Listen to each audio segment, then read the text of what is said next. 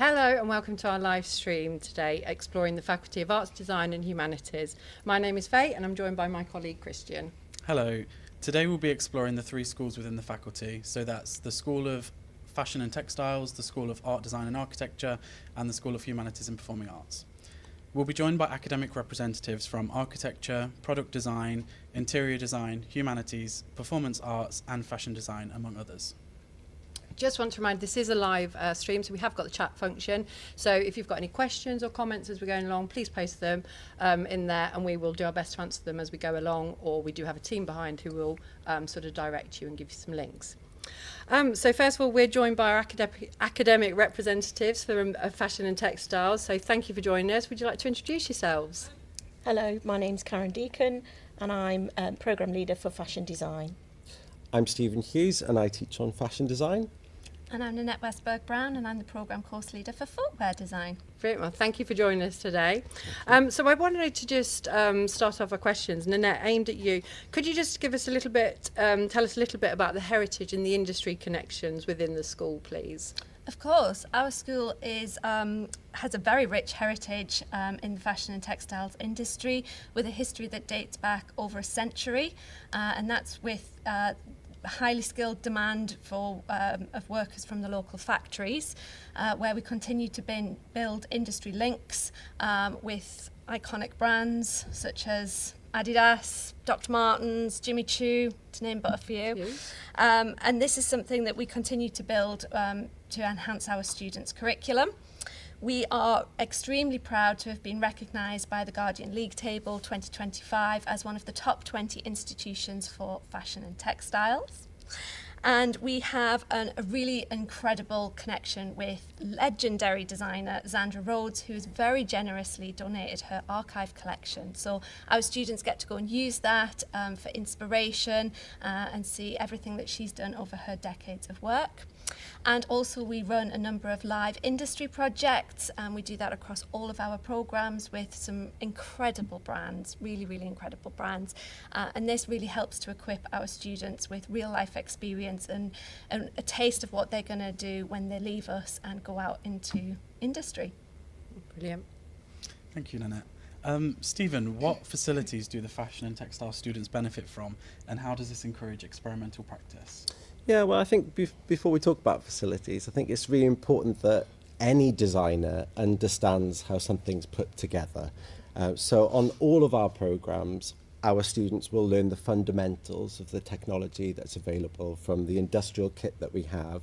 And then from there, what happens is our students tend to kind of rabbit around the building and start to use other facilities, such as laser cutting, right the way through to woodworking and laser cutting.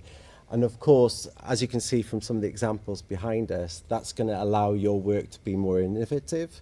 So it's not going to look like any standard fashion portfolio. Within that, it's about understanding the rules to break the rules. So you're learning the fundamentals and then you expand your practice, which of course is going to make you more desirable within your portfolio. I like that. That's a good way of looking at it.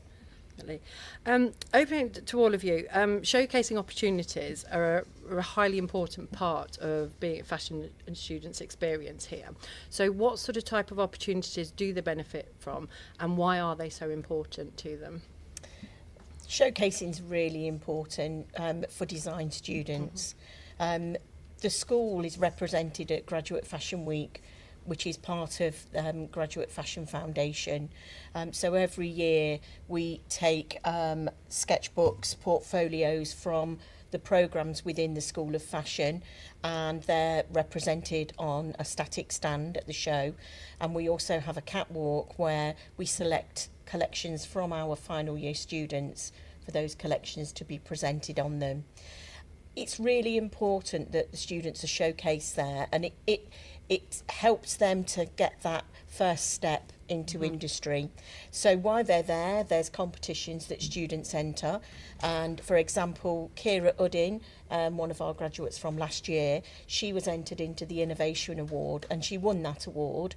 And that gave her some recognition, which resulted in her getting a job as a menswear designer at ASOS. Wow. So that's really positive outcome there for her.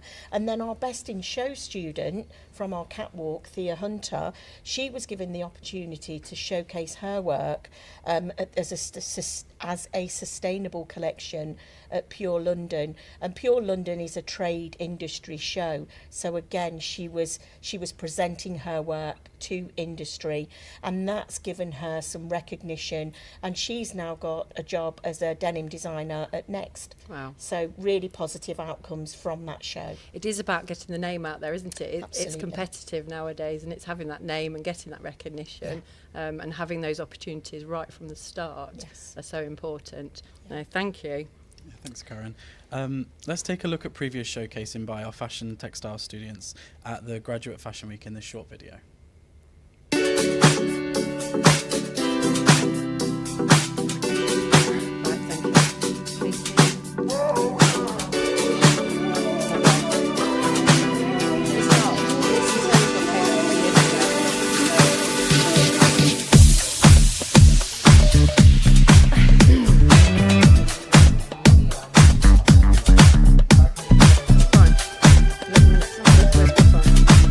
Where are we? No, not relevant.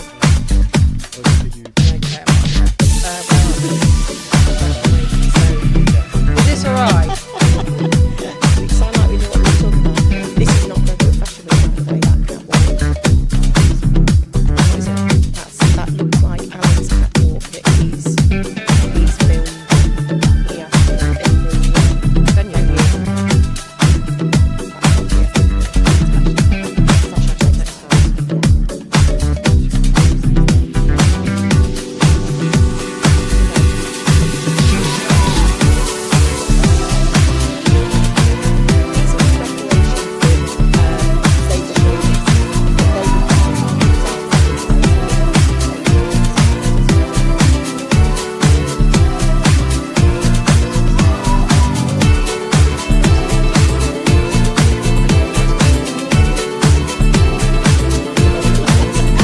Right, okay, are we waiting for him to come back up, or?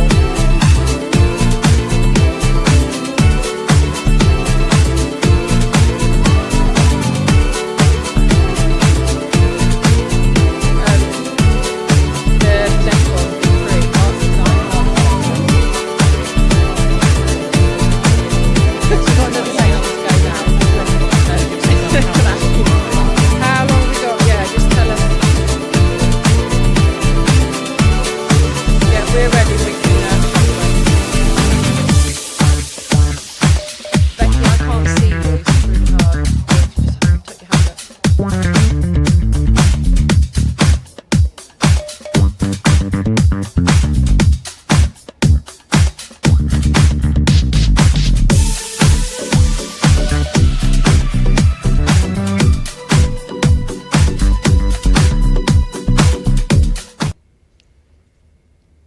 Brilliant, thank you. I hope you enjoyed that little short video.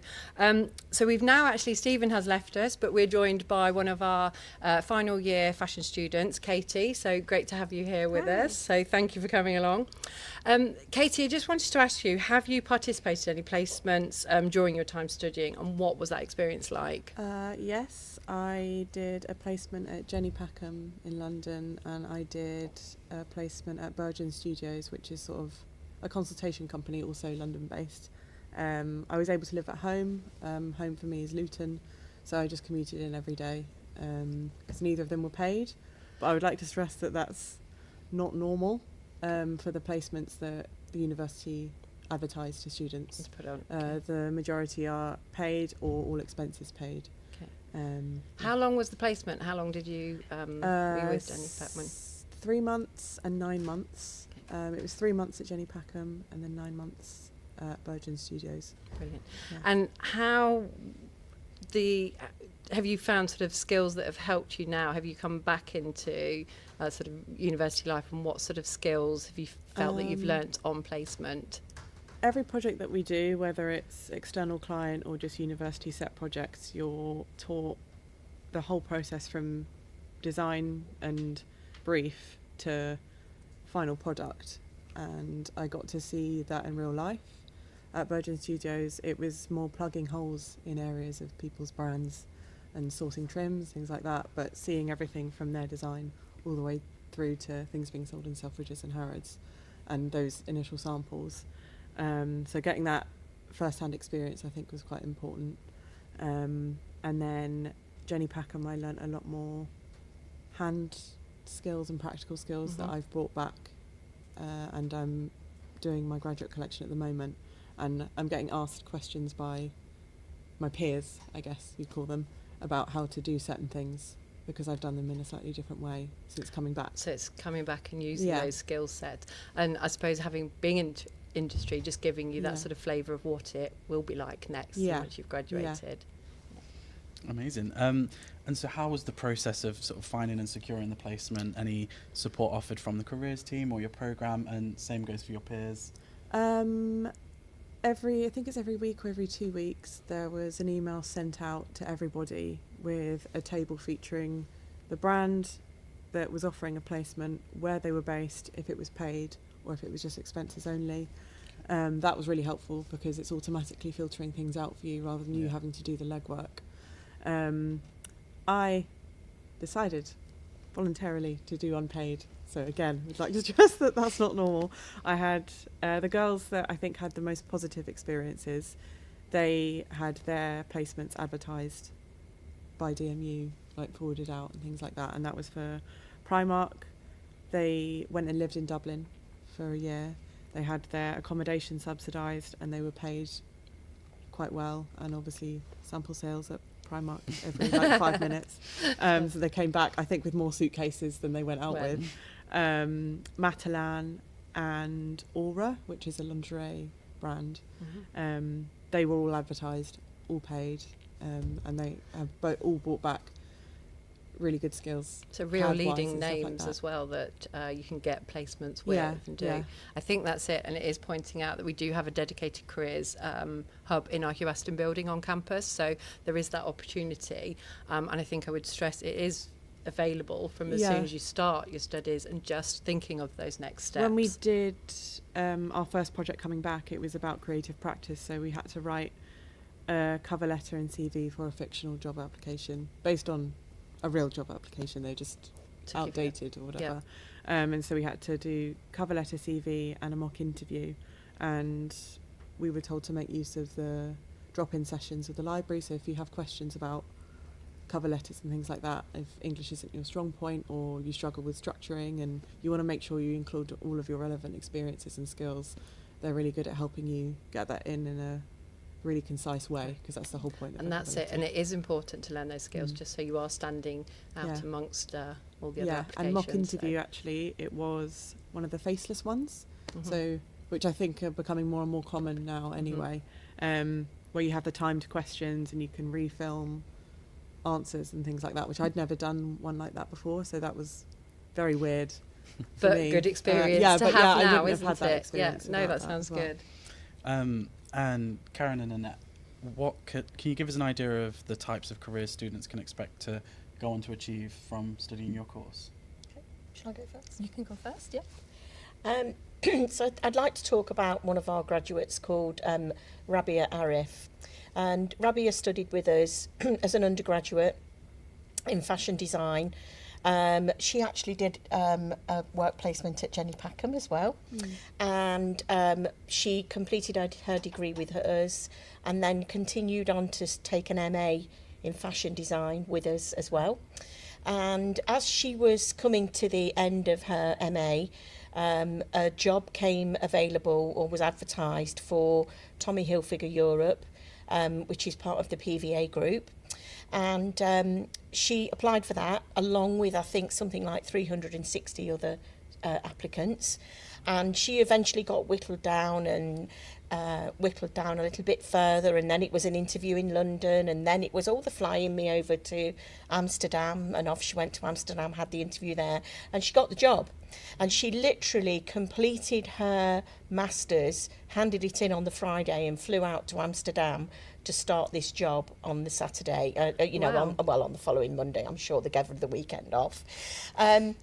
She worked for them for about 7 years then.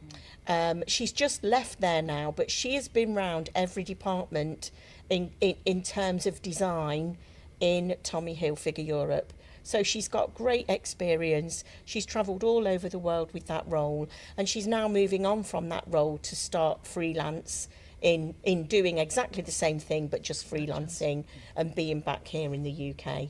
So great opportunity, and using all those steps along the way have helped her with that. And so it's connected. You also, it must be lovely for you to see those stories, isn't Absolutely, yeah, absolutely. Absolutely. I mean, every programme has its own success stories. A particular standout student for me would be Adina McClelland, who came to us, and she'll openly admit she didn't have any prior knowledge of footwear or anything to do with footwear design before she joined us. And it was through one of the live projects that we did with New Balance, she, from that project, ended up getting work experience. And she went and did a work experience in the UK up in Flimby. And then following that, when she graduated, she actually had a job waiting for her, and she went and worked with New Balance for a while. She's since moved on from New Balance and is now working as a colour and materials designer at Adidas Originals over in Germany. And last year we did a live project with Adidas, and Adina actually came back and briefed the students. She's been actively mentoring a lot of our students this year and helping them to prepare as they now start getting ready to join industry themselves. And we're very hopeful that maybe Adina's going to be mentoring them in their first job. Moving really forward. nice, and it must be very special for her to come back as well. Absolutely, it's a real DMU community. Even not just when you're here, but after you graduate, there's still that sense of belonging. No, I think transfers over to Contour as well. I think all programs. Yeah, the external client projects and things that we're fortunate enough to do, the connections are amazing, and so much of their, I guess, sort of middle positions now are taken up with DMU, particularly lounge underwear that we've worked with. They've just sort of started an external client project, I think, with Karen Millen, John Lewis. We do a project with which you present a print and do I think it's swimwear design. We did that one, and the prize is that the two mentors that we had, they come and give you one-to-one sessions throughout your graduate collection and things like that. So it comes up, it's again, it's that really industry valuable. connections and the feedback and just getting that insight into the industries. No, thank you all ever so much, really appreciate it. So just to remind anyone with, if you've got any questions, pop them into the chat for us and we'll keep an eye on that. But thank you. So now we're just going to take a little look behind the scenes, and we've got a short video with a tour of our award-winning facilities here. Good greetings from the Riverside campus at Leicester at De Montfort University. My name is Sydney Lukchin, and I do Masters in Architecture in the beautiful building behind me called Vijay Patel. Today, we'll be touring some spaces in arts, design, fashion and textiles. Join me now. Let's go. DMU's workshops are multifaceted. A combination of timber, plastics, and metal give you the best chance at experimenting of all materials. We also have technicians that provide you with on-site support whenever you need it. Take a look. And that's not it. We have other workshops. We have hot glass, cold glass, ceramics, sculpting, jewelry, and many more. Now, we're in one of our studio spaces. This is the Interior Design Studio.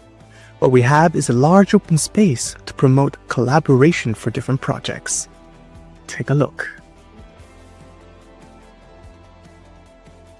Did I mention that all courses have their own dedicated studio spaces?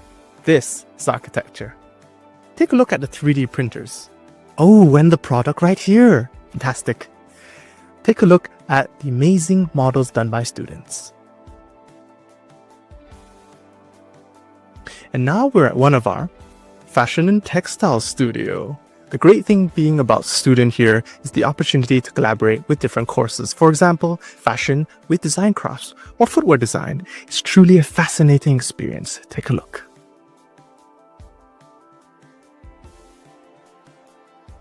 We've arrived at the textiles printing workshop. We have access to all the facilities like dye labs, knitting machines, jacquard looms, domestic embroidery machines, and many, many more. As long as you got an induction, you're good to go. Take a look. This is one of our fine art studios. Each student has their own dedicated workspace to feel inspired and call it their own. And this is the video studio. It's available to all courses, with or without technical support, and you can experiment on your own. We also have photography studios, editing suites, tabletop photography, and many more.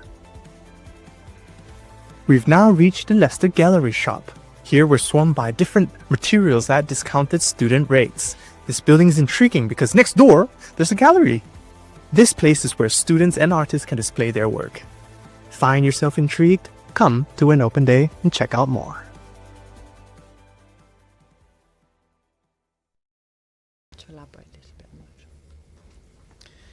more. Now we're joined by our academic representatives from the School of Art, Design and Architecture.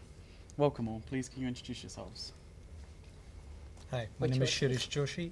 I'm a first year lead at the Bachelor of Architecture program here at Leicester School of Architecture. I'm Alex Stothard, I'm Programme Leader for the BA Honours Interior Design.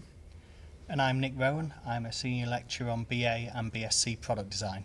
Brilliant. Well, thank you for joining us today. We appreciate your time. Just wanted to ask you, based on your your courses that you do, tell us what makes your course special and why someone should study it at DMU. What makes it stand out? I mean, absolutely, so architecture. Yeah. So our course is a Royal Institute of British Architect accredited program, and with the ARB prescription. So if you're studying over here, you are getting a Part 1 accreditation right away. Apart from that, we are a very diverse group of teachers and learners. We have a fantastic access to all the facilities over here, and the block teaching is something which we have experimented for 2 years now, and we've gotten more and more better at it. The deliveries, students get extended period of time, and so on and so forth. So yeah. Sounds good. Alex? Yeah, so interior design is a design programme. So we are interior design, not interior decoration, and we sort of flirt with decoration and architecture, but design meaning sort of human-centred design. So we think about interior experience. We take students from all different backgrounds. They learn how to do things like planning, spatial planning, communication through CADs, model making. But ultimately, we're looking at how they create spaces that have meaning, social impact, environmental impact, sustainability, and it all builds up into a major designer project at the end of 3 years, where the students go out into the industry into an amazing careers in design related. Okay, brilliant. Nick? Okay. And the product design courses at DMU are accredited by the Institute of Engineering Designers. What we do is we help designers to become design-ready graduates. They're focusing on manufacturing and manufacturability, making that sustainable future, and that's supported all the way through the programme by live briefs, external companies coming in. We're the highest programme in the faculty of having industrial placements, and at the moment we've got, I think, 9 students down at Shark Ninja. We've had a lovely group of students come back today to talk to our students. What we focus on is making employable grads who can make products for the future they want. No, that sounds good. I think it's one of those, I always walk through your spaces and have the luxury of working in this amazing building, Vijay Patel. Always love walking through the areas because they either all look so different. You've got lots of student work on available to sort of look at, and it's one of those that I can't just walk through. I have to have sort of a nosy. It's incredible the sort of level of detail as well. What's gone. I think particularly Alex, your areas, I'd move into the office. It's got this very zen, calming feeling for it for sure. Can you guys tell us a little bit more about the workshops and studios? I know that a lot of the students within this school benefit from access to all of those spaces. Can you talk a little bit about those? Yeah, absolutely. Our studio on the floor at architecture is a shared studio. We have a lot of materials, a lot of facilities which are integrated within the studio.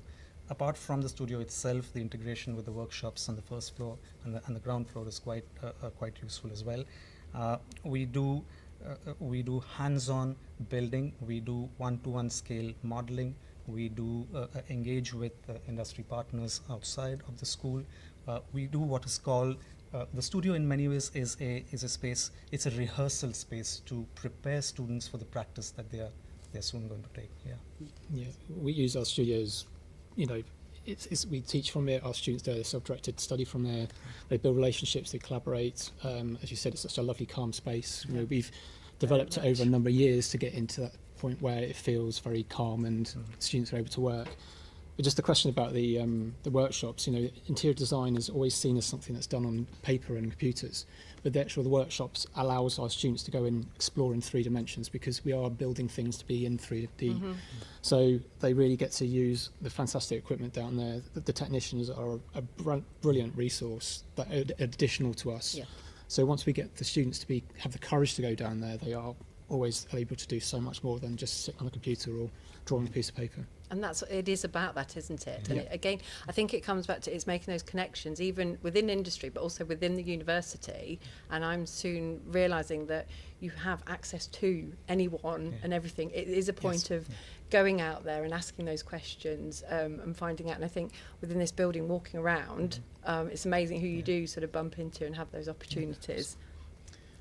So I think now we're going live to Rob in the digital fabrication studio.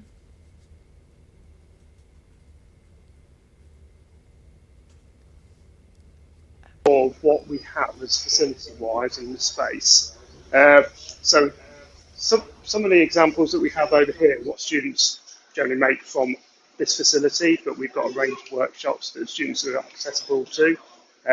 So predominantly architecture, interior, product design students, and I'll come into this workshop, which we have laser cutters, 3D printers, and 3D scanners, and together they use all these facilities to then generate 3-dimensional objects. So we have a number of 3D printers, starting with your Ultimaker, PLA, FDM printers, ranging to resin printers, so slightly higher resolution, and then working into the main core of the workshop. We have a number of laser cutters. So these are predominantly for 2-dimensional cutting. So, for example, an architect student will bring in a CAD file, they'll put it onto the computer, and then the laser cutters will cut out their 2-dimensional pieces, which they'll then go into another workshop to then assemble into 3-dimensional form. So if we go further into the workshop, so this is a relatively new addition to our facility. So we've got 3D scanners. So these are really good because these take existing objects that a student may have made by hand, and then they digitalize it. So they'll be able to transfer that existing object onto a computer, which then allows them to manipulate that object to 3D print, or to even put onto a virtual reality headset. So this is really useful for architect students and product design students and equally interior students, because they're able to then work one-to-one scale and collaboratively as well with students. So the students don't need to be in the same room. They could be in different parts of the building or working internationally together to make all these amazing sort of objects that they create. So if you look through the window there, there's my colleague Ray working with a student. That's our sort of benchmark 3D printer. Really nice bit of kit. So if we go in, I'll show you. So this is an SLS printer, and it's really good because you can get really high resolution prints. So this is really useful and popular with product design students because it gives them moulding facsimiles, so products that actually work, so they can click together, they've got the same sort of structural components as they would in real life, and it gives them that next step into industry, because with this sort of machinery, they're taking that step into learning the skills required to work for some of the bigger industrial sort of companies.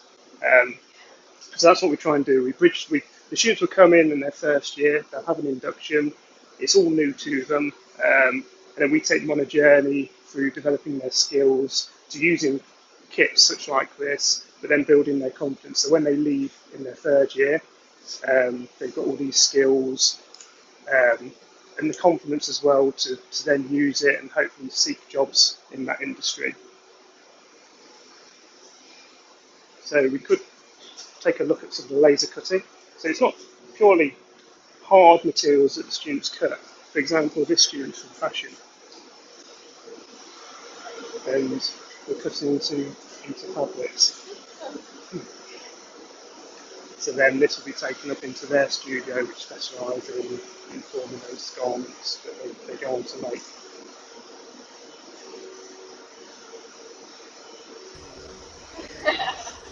So, Rob, I'm wondering if you can hear us. Great tour, and it's really good to see the areas.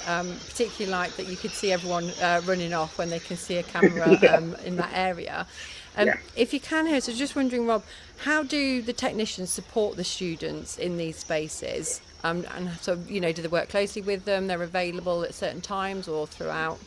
Yeah, so every workshop has a specialist technical instructor based in that workshop. So they are from industry, they're highly skilled in that specialism, and that technical instructor is there from 9 o'clock till 7 o'clock in the evenings, and students have the opportunity to come in, speak to them at the initial part of their project, so they go away with a bit more understanding of what they're able to achieve in that workshop. But equally, as a team, we work closely together, so we know which students are coming through the workshop. So they might start in my workshop, which is a digital fabrication workshop, and I can then speak to a colleague who works in plastic and tell them that, right, we've got a student who's going to laser cut this out.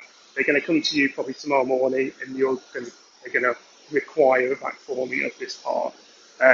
So it's like a full cycle of support. Each student will have an induction in their first week. So they start to build that confidence of who we are, what they can achieve in the workshops, and then throughout their journey at the Montfort University, they just continue to learn the skills. We build sort of like a relationship with the students, so we know what projects they're working on. They can guide us to technology they need, and if we can't sort of support them in this facility, there's other workshops and other departments that we can then call upon to support them. So. That's brilliant, Rob. Thank you. Thanks for joining us, Rob. Alex, I just wanted to put a question to you about how having access to these facilities, the student experience and their potential employment opportunities. Yeah, so I think I sort of brushed on it earlier, is basically you can only do so much in 2 dimensions and on computers. So those facilities down there allows them to bring things out into 3D. As Rob says, the technicians have all come from industry as well, so they're all adding value all the time. And they create connections with the students. And once the students create connections, they go down more, and they are becoming more experimental. Just this morning, I was talking to a student who's got so ambitious about all the things that she's doing. She got into the welding kit yesterday to sort of like make this moquette of this building that she's doing. Really, really ambitious, but things that they wouldn't have done unless they'd gone down to those workshops and forged those conversations and connections with the technicians down there. And I think also it's the technicians potentially encouraging them as well to have that. There is a little bit of a two-way thing, because again, for technicians, they want to see them develop. They do. They want to help them as much as possible, and they demystify some of these things that they think they can't do, and then you go down there and they go, oh, this is how you do it, and they go, I can do this. Yeah. And then by doing that, they can do something else. So it's a great facility. Nick, I just wanted to ask, can you tell us a little bit about the showcasing opportunities students get on your course, please? Of course, we're coming up to showcasing season now. So every student on our programme and our partner programmes showcase their work at the end of year Festival of Creativity. They're all within DMU. We have industry coming in, we have award-giving companies coming in, and actually they celebrate their graduation together with their peers within the building. And then for my programme and some of the others, we also have special showcasing events down in London. So my students go down at the start of July to New Designers Part 2 at the Business Design Centre in Islington. We take our best work along with all the best product design courses within the country, and they get an opportunity to go on a national stage and actually present to a wider range of industry partners. Last year we came away thankfully with 2 wonderful awards from Seymour Powell, one of the best product design consultancies in the country. And it's a really great send-off to our students to go down to London, be nationally recognised, and really celebrate. Yeah, definitely. Exactly. Sounds good. And I just wanted to open up the question to all of you. I know we don't have much time, but just sort of quickly, what kinds of careers can students from your courses expect to go on to achieve? Well, I mean, architectural education is building transferable skills as well. So apart from becoming architects, we have had students who have gone on to taking these transferable skills and many different kinds of disciplines, including films, including fashion, etc. So at the undergraduate level, the courses are designed to develop skills focused on architecture, but recognizing that there are transferable skills that can be taken further as well. So I think that is something which is a key for us. Yeah. Ours is definitely interior design. So interior design is really broad church, retail design, exhibition design, events design, residential, workplace, all of those. But also our students go on to do related things like account management, design management, marketing. So the skills, as you said, are transferable, and they're doing some amazing stuff. And I think I'll just answer your question by talking about where our graduates went last year. So we've got graduates who've stayed locally, working in point of sale, going out for companies like Maybelline and heading over to France. We've got a graduate who's coming in talking next week, who's working at Jaguar Land Rover. One of our other graduates is actually down working on British nuclear submarines. Wow. And then, as I said, we've got 9 graduates down at Shark Ninja working on what would be classic product design, consumer products like Shark vacuums and Ninja food products. So a real mixture, isn't it? But once you learn the skills that all of these programs teach around design thinking, team working, and that creativity, you really open up so many opportunities to yourself to go and flourish in a career. Definitely. Well, thank you very much for your time today. We do appreciate it. So we're just going to be taking a look at a short video showing some of the reasons our students love DMU. What do we love about DMU? Well, for me, it's the workshops. Technicians help me throughout and promote that experimental creative gene right up here. I love DMU because it's a place of diversity and inclusion. It's a place where me and you are both welcome here. What I love about DMU is how much free time I have because of block learning. My favourite thing about DMU is the communities of people. I've gained so many friendships while being here at university, and I know those friendships will continue for the rest of my life. What I love about DMU is all the amazing facilities we got over here. There's honestly lots of opportunities out here. You've got careers team looking at careers, whether during term time or after you graduate. You've got mental health, well-being team. They can help you if you're feeling stressed. You've got societies and sports if you're into your active stuff. Honestly, so many opportunities here. What about you, Netta? I think the thing I love about DMU is the community we have built here. From societies to people you have gone to your course with, to people that you live with, all of it I've loved since I've come here in my first year. No cap, I'll second that. Welcome to our guests that are joining us from the School of Humanities and Performance Arts. Please, can you both introduce yourselves? Shall I go first? My name is Rosie Garton and I am an Associate Professor and the Creative Lead for the Creative Practice Cluster. And my name is Human Chan. I am a Senior Lecturer in Creative Industries at the ADH. Great, well, thank you for joining us. So on to our next guest. Just to both of you, please can you just briefly tell us a little bit about your course, your subject area, and why students love studying these courses? Yeah. Shall I go Rosie? first again? Let's do that, Rosie, yeah. Okay, so I manage a range of creative courses, which includes creative writing, dance, drama and acting. And what's really crucial to our courses is the lecturers often come from being experienced in the industry. Yep. So we bring not only the ability to inspire creativity, but also understanding of what it means to survive and thrive in the arts sector, so that we can teach marketing and promotion and approaching auditions as well. It's a bigger picture, isn't it? Yeah, it's about the sort of real industry practice. Yep, I like that. So I teach on undergraduate and postgraduate courses across arts and festival management and cultural events management on the postgraduate level. So to follow what Rose is saying, I think for the arts and students who are interested in art and culture, it's very important to have that project management skill and knowledge, and also the entrepreneurial spirit to go into the real world. So for example, myself, I teach on a module called Creative Enterprise, and students don't write essays as such for the assignment, but instead they do a business plan as part of the assignment. And the the point for that is that once they finish the business plan, then they can take the business plan to the real world and make it something their own. Okay, no, it's good. Brilliant, thank you. Rosie, can you tell us a little bit about the facilities that students in the School of Humanities and Performance Arts benefit from, and how the access to these spaces helps prepare them for life in industry? We've got some incredible spaces. We've got a purpose-built performance building called PACE, and within that there is 4 studios, which are sort of versatile performance spaces as well. We've got a whole other building with 2 other studios that we use as well. We've got lighting rigs that are updated every year. We've got projectors that hang from all angles and project on floors and bodies and walls, and really highly skilled technicians who also have come from industry practice. Yep. So again, they don't just teach lighting design and sound design, but they teach virtual reality environments and how to be in digital spaces and projection mapping as well. And students can book these spaces outside of the time that we teach in them as well. Amazing. I guess that kind of leads on to the next question, which is, you know, how does that industry connection inform the teaching? I know that's something that we're very proud of in this school.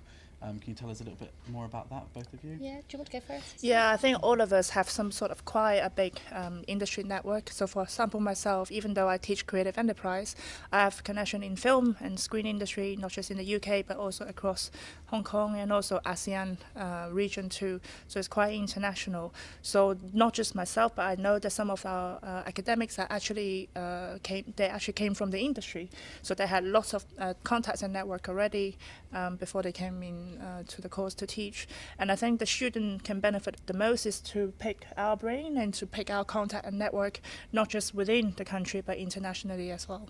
I think that's a really valid point, actually, isn't it? It's that many questions and just finding out your backgrounds and your contacts and things. It does make a difference.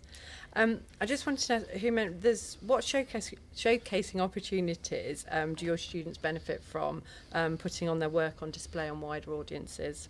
Well, for our course, I think if any student who would like to showcase their talents, there's a lot of opportunity.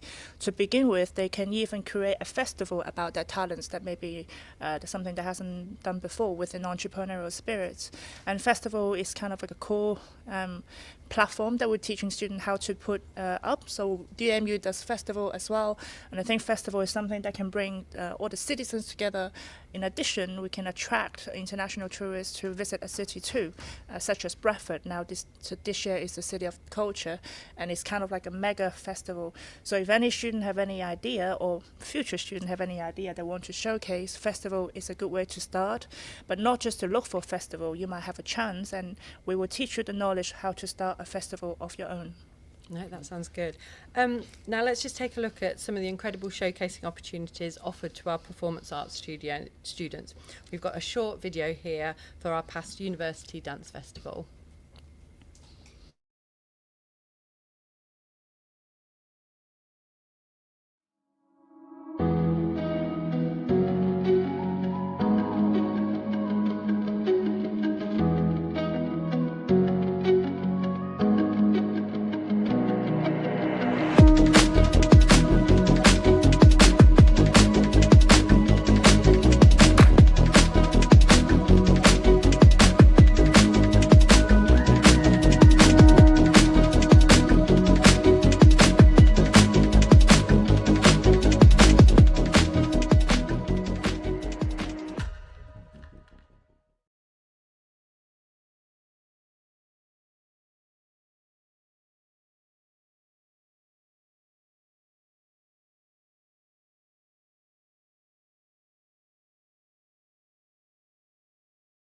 Okay, hope you enjoyed that short video.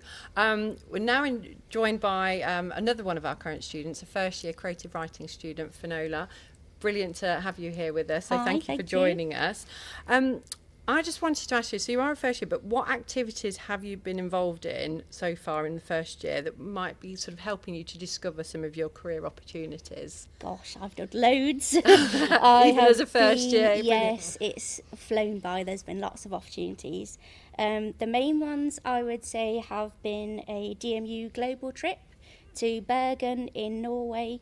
That was really, really good for exploring creative careers abroad, and also building on cultural awareness as well, because we got to interact with students at Norwegian universities and see kind of what it is they do at their universities. We also visited a startup lab as well, just to gain some insight into what it's like kind of building a business from scratch as well. I also at DMU do various student voice roles. So I am a student ambassador, not only for the university as a whole, but also for creative writing as a course.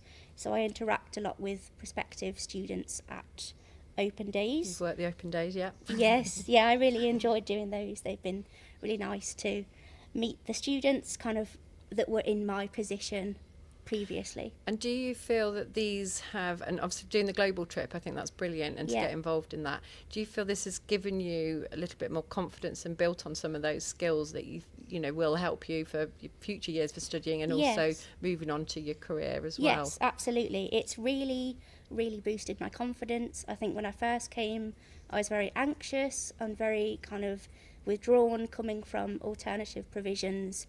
I was a bit kind of intimidated and a bit scared about coming to higher education, but doing the opportunities and throwing myself into things has really helped. I think it's proven. No, I think, and the fact you're helping us today, that's brilliant. Yeah. Thank you, Finola. It was great to see a little clip from the University Dance Festival.